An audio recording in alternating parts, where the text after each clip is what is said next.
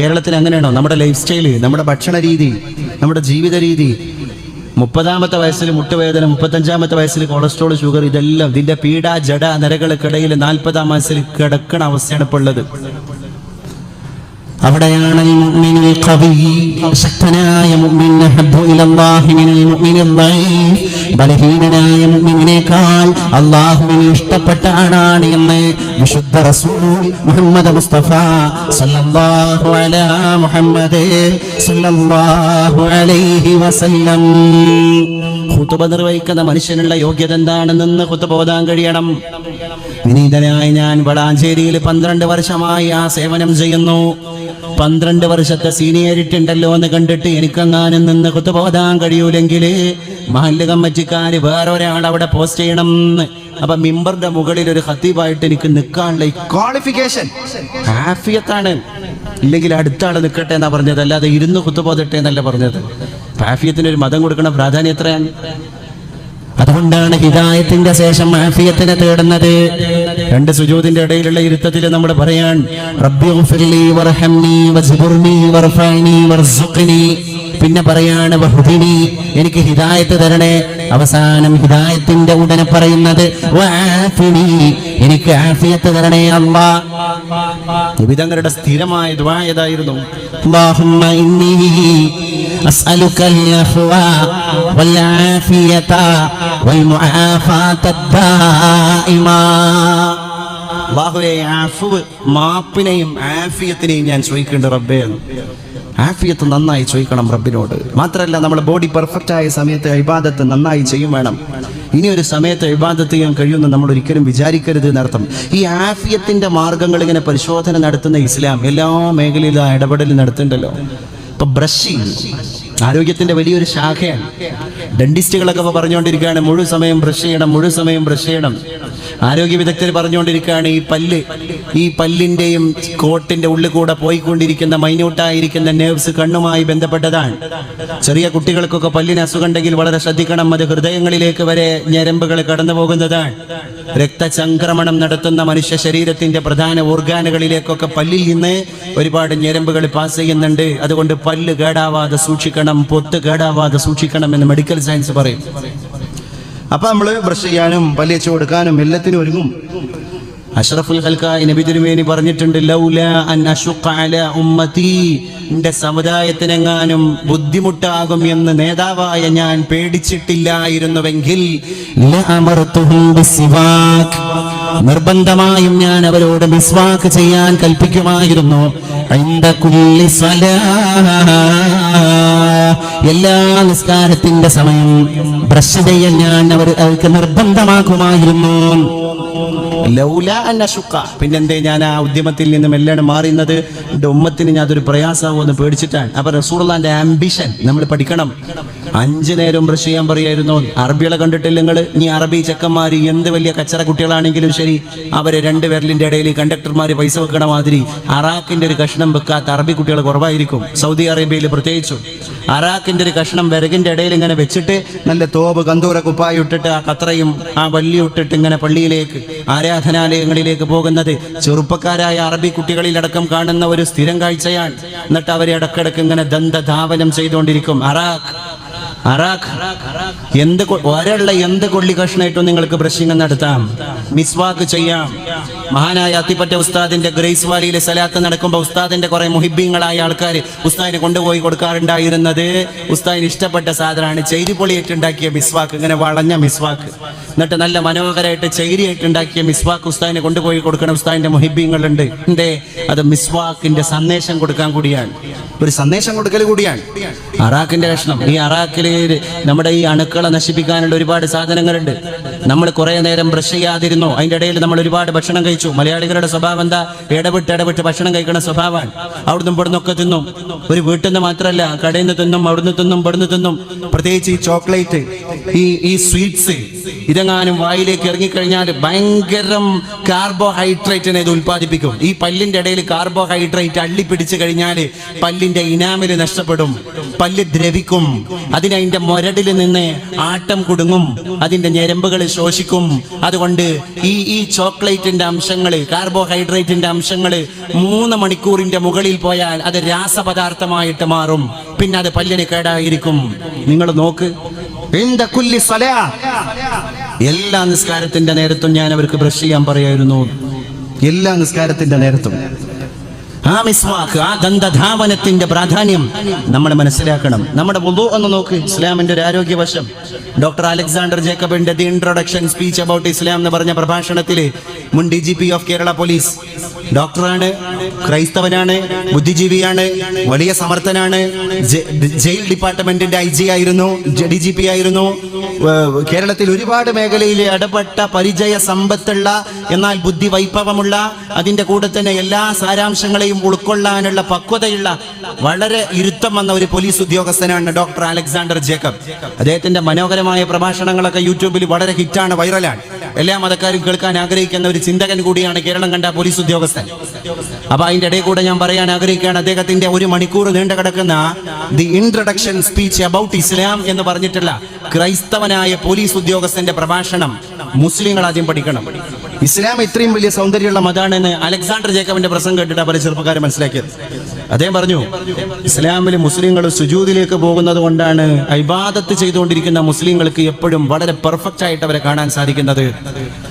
കൃത്യമായിട്ട് നിസ്കരിക്കുന്ന എല്ലാ മുസ്ലിങ്ങളും വളരെ ഉന്മേഷമുള്ള ആൾക്കാരായിട്ട് ഞങ്ങൾ പോലീസുകാർക്ക് കണ്ടെത്താൻ സാധിച്ചിട്ടുണ്ട് എന്ന് അദ്ദേഹം പറയുന്നത്. അപ്പൊ അദ്ദേഹം പറയാണ്, ഇതിന്റെ സാരാംശം ഞങ്ങൾ പരിശോധിച്ചപ്പോ ഇതിനകത്ത് ഞങ്ങൾ പോലീസുകാർക്ക് കണ്ടെത്താൻ സാധിച്ചത്, ഹൃദയത്തിൽ നിന്ന് രക്തം തലച്ചോറിലേക്ക് പാസ് ചെയ്യുന്ന പ്രധാന ആരാധനാ രീതി കൈവശമുള്ള ആൾക്കാരാണ് ഇവര്. हम लोग जब सुजूद से जाते हैं, हम सीधा इसे ही चलने के वक्त हमारे सर से हमारे ख्याल तक ज़हन सदर से कोई ब्लड सर्कुलेशन नहीं हो जाती है. പക്ഷെ സുജൂദിലേക്ക് നമ്മൾ പോകുന്ന നേരത്ത് ബ്ലഡ് സർക്കുലേഷൻ ഹൃദയത്തിൽ നിന്ന് നേരെ തലച്ചോറിലേക്ക് പമ്പ് ചെയ്യാണ്. കാരണം തല താഴെയും ഹൃദയം മുഴുവൻ. ഇങ്ങനെ ഒരു ആരാധനാ രീതി ഒരു മതത്തിലുമില്ല. അദ്ദേഹം പറയാം, ഞാൻ നിലകൊള്ളുന്ന മതത്തിലടക്കല്ല. പിന്നെ എല്ലാ മതാചാര്യന്മാരും ഇതിനെ പഠിച്ചപ്പോഴാണ് യോഗാസനം വന്നത്. യോഗയിലുള്ള ഏറ്റവും പ്രധാനപ്പെട്ട ആസനം തല കുത്തി നിൽക്കല. മാത്രല്ല, ഇസ്ലാം മതവിശ്വാസികൾക്കിടയിൽ അവരുടെ ഇബാദത്തിന്റെ ആരാധനയുടെ കൂട്ടത്തിൽ ഏറ്റവും പ്രകടമായ പ്രൗഢമായ ആരാധനയുടെ അംശം അത് സുജൂദാണ്. അഖറബു ഇലയ്യ അബ്ദി, എന്റെ അടിമ എന്നിലേക്ക് ഏറ്റവും അടുത്തത് സുജൂദിലാണ് എന്ന് അല്ലാഹു. എന്റെ അടിമ എന്നോട് ഏറ്റവും അടുക്കുന്നത് സുജൂദിലാണ്. അദ്ദേഹം പറയാൻ കേട്ടെ, ഈ മുസ്ലിങ്ങൾ 5 നേരം ഫർള നിസ്കാരം മാത്രം നിസ്കരിച്ചു കഴിഞ്ഞാൽ എത്ര നേരാണ് തലച്ചോറും ഹൃദയവും രക്ത കൈമാറ്റം നടത്തുന്നത്. അതുകൊണ്ട് ഉന്മേഷം. പിന്നെ അവരുടെ ആരാധനാലയങ്ങളിലേക്ക് കയറി നോക്കുമ്പോൾ തന്നെ നമുക്ക് പഠിക്കാനുള്ളത്, ഒറ്റ മുസ്ലിം നിസ്കാര പള്ളിയും സ്നാനഘട്ടങ്ങളില്ലാത്ത പള്ളികളല്ല.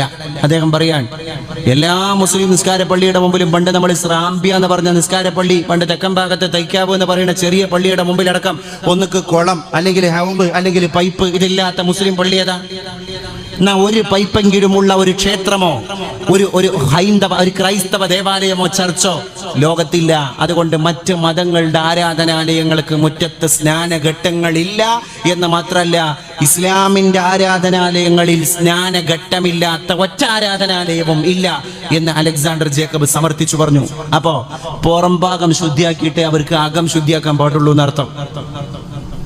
അകം ശുദ്ധിയാക്കുക എന്ന് പറഞ്ഞാൽ അലാ ബിദിക്രില്ലാഹി തത്മഇന്നുൽ ഖുലൂബ്, അള്ളാഹുവിനെ സ്മരിക്കലാണ് ഇസ്ലാമിന്റെ നിസ്കാരം.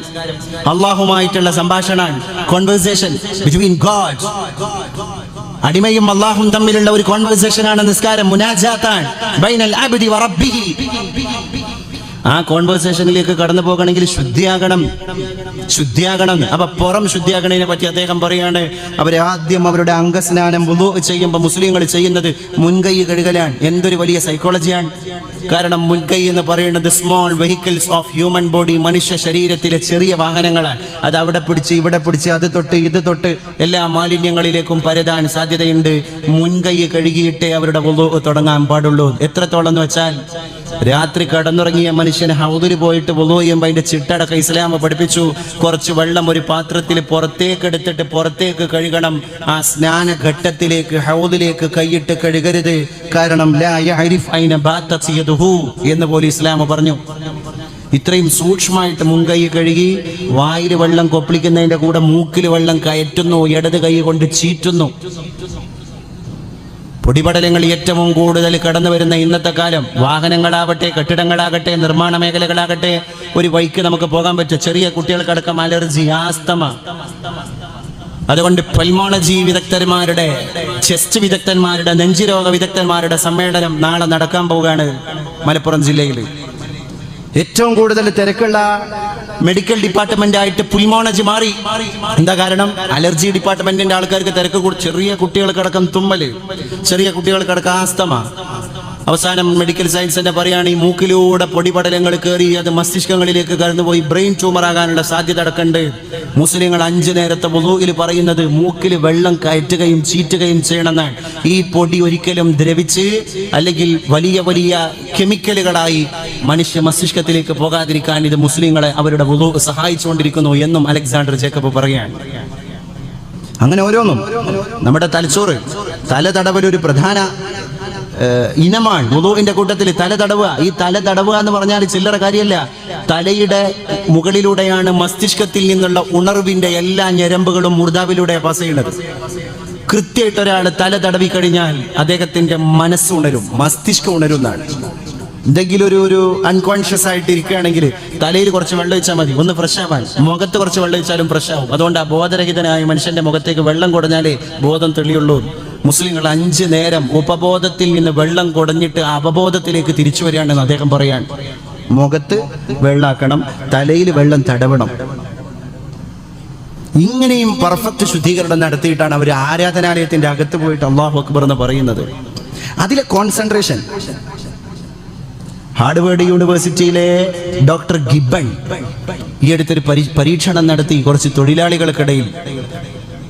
ആ തൊഴിലാളികൾക്കിടയിൽ നിന്ന് അദ്ദേഹം 1000 ചില്ലാനം തൊഴിലാളികൾ താമസിക്കുന്ന ഒരു സ്ഥലത്ത് ആ തൊഴിലാളികളുടെ ഇടയിൽ നിന്ന് വെറും 10% ആളുകൾ മാത്രം ആരാധനാലയത്തിൽ പോയിട്ട് ധ്യാനത്തിൽ ഏർപ്പെടുന്നു. ബാക്കി 90% തൊഴിലാളികളും ഒരു ധ്യാനമില്ല, അവർ തോന്നിയ പോലെ ജീവിക്കുന്നു.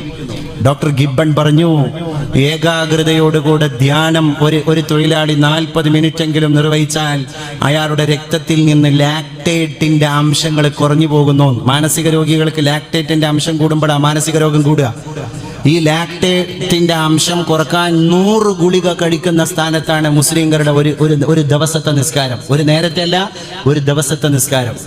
ഡോക്ടർ ഗിബൺ പറഞ്ഞു, അതുകൊണ്ട് അറ്റ്ലീസ്റ്റ് ഏതൊരു മതക്കാരനും 40 മിനിറ്റ് പെർ ഡേ, ഒരു ദിവസം 40 മിനിറ്റ് ധ്യാനത്തിൽ ഏർപ്പെടണം. ധ്യാനം എന്ന് പറഞ്ഞാൽ ഒരു ചിന്തയിലേക്ക്, ഒരു പോയിന്റിലേക്ക് മാത്രം മനസ്സ് കേന്ദ്രീകരിച്ചിട്ട് 40 മിനിറ്റ് ധ്യാനം നിർവഹിക്കണം. ശരിക്കും നമ്മുടെ മുസ്ലിങ്ങളുടെ 5 വക്ത നിസ്കാരം ഒന്നിച്ചു കൂട്ടിയാൽ 40 മിനിറ്റാണ് ആവറേജ് ടൈം. ഒരു 1000 ഗുളിക മാനസിക രോഗി കുടിക്കുന്ന 1000 ഗുളികയേക്കാൾ രക്തത്തിലെ ലാക്ടേറ്റിന്റെ അളവിനെ കുറക്കുന്നത് നിസ്കാരാണ്. എന്തൊരു വലിയ വാക്കാണ്. അലാ ബിദിക്രില്ലാഹി തത്മഇന്നുൽ ഖുലൂബ്. മനുഷ്യരെ, നിങ്ങളുടെ ഹൃദയങ്ങൾക്ക് സമാധാനം വേണമെങ്കിൽ നിങ്ങൾ ദൈവസ്മരണയിലേക്ക് കടന്നു വരിക. ദൈവസ്മരണ കൊണ്ടാണ് നിങ്ങൾക്ക് സമാധാനം, നിങ്ങൾക്ക് ആശ്വാസം. അതുകൊണ്ട് അല്ലാഹുവിലേക്ക് മടങ്ങി പോവുക. അലാ ബിദിക്രില്ലാഹി തത്മഇന്നുൽ ഖുലൂബ്. അതുകൊണ്ടാണ് നിസ്കാരം എന്റെയും അടിമയുടെയും ഇടയിലുള്ള സംഭാഷണമാണ് എന്ന് അല്ലാഹു പറയുന്നത്. എന്റെ അടിമ എന്നോട് സംഭാഷണം നടത്തിക്കൊണ്ടിരിക്കുകയാണ്. അവിടെയാണ് നിസ്കാരത്തിലേക്ക് കടക്കുന്നതിന്റെ മുമ്പേ നമ്മൾ പ്രതിജ്ഞ എടുക്കുന്നത്. ഇന്ന സ്വലാത്തി വനസുഖി വമഹിയായ വമമാതി ലില്ലാഹി റബ്ബിൽ ആലമീൻ. എന്റെ നിസ്കാരം, എന്റെ ആരാധന, എന്റെ ജീവിതം, എന്റെ മരണം അല്ലാഹുവേ നിനക്ക് വേണ്ടി മാത്രമാണ്. ലാ ശരീക ലഹു, അവന് പങ്കുകാരില്ല. വബിദാലിക ഉമിർതു, അതുകൊണ്ടാണ് ഞാൻ കൽപ്പിക്കപ്പെട്ടത്. വഅന മിനൽ മുസ്ലിമീൻ, അതുകൊണ്ട് നീ പറഞ്ഞ മുസ്ലിമാണ് ഞാൻ. അല്ലാഹുവേ നിന്റെ അടിമയായ മുസ്ലിമാണ് ഞാൻ എന്ന് പരിശുദ്ധ റബ്ബിന്റെ മുമ്പിൽ പ്രതിജ്ഞ എടുത്തിട്ടാണ് ആരാധനയായി പ്രതിജ്ഞയാകുന്ന നിസ്കാരത്തിലേക്ക് നമ്മൾ കടന്നു പോകുന്നത്.